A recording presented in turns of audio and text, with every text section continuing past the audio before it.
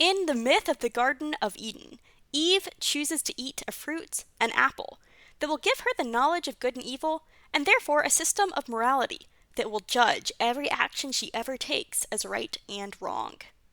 But what if she could stay in that amoral pre-apple state a little bit longer? Said McCraskey, translated to Daisies in English, is a 1966 movie by Czechoslovak director Vera Chytilova. It follows two young women, both named Marie, as they go about their lives. They represent beauty, playfulness, and innocence, but at the same time, they are ruthless and selfish romance scammers. The Marie's victims are rich, older men. In the expected relationship between such a man and his young mistress, he would have all the power, treating her as an object to be bought, used, and eventually discarded. However, the Maries anticipate and reverse this dynamic by using each man for his money, gorging themselves at expensive restaurants before abandoning him. On an emotional level, this exploitative practice might have a sense of justice for feminist viewers. We are tired of stories and realities where women are paper-thin cutouts revolving around men, where women must depend on a lover, a father, a boss, or a husband for survival. Daisies is playful and direct as it addresses this archetypal story. In the opening scene, Marie and Marie look like toys and refer to themselves as pana, a Czech word that means both virgin and also doll. This pun perfectly encapsulates the theme.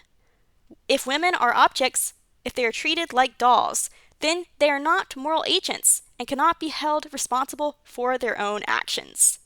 These two women have embraced their own objectification and learned to use it for their benefit.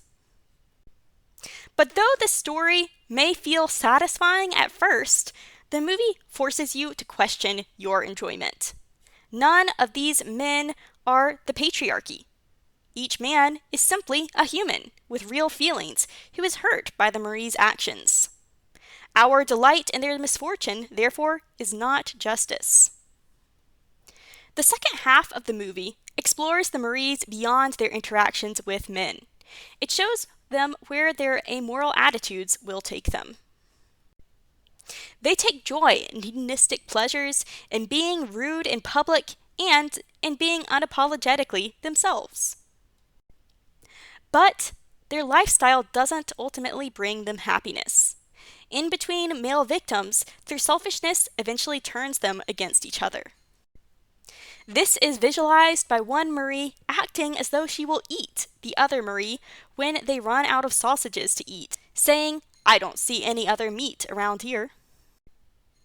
Later on, this interaction reaches its conclusion when the two women play fight with scissors. Like paper dolls, they cut each other apart. Though the tone is humorous, it is clear that the Maries do not actually care much for each other's well-being. They are willing to objectify and victimize each other. The final scene of the movie returns to the myth of the Garden of Eden. The two women find themselves in a deserted banquet hall set for a feast. How will they act when scarcity is no longer a motivator? The bounty of the scene represents an opportunity for them to escape the competitive system in which they had to eat others to survive. But even in this sudden surplus of food, they do not change their ways. Instead, they lick, crush, throw, and trample the food, reveling in destruction.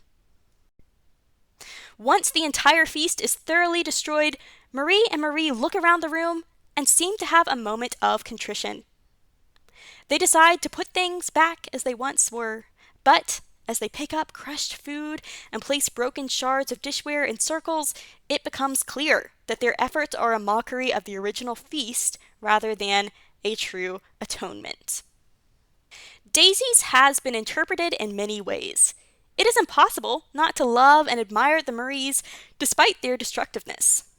This ambiguity resulted in it being banned in its native Czechoslovakia for uncommunist ideas, despite the fact that it was originally state-funded.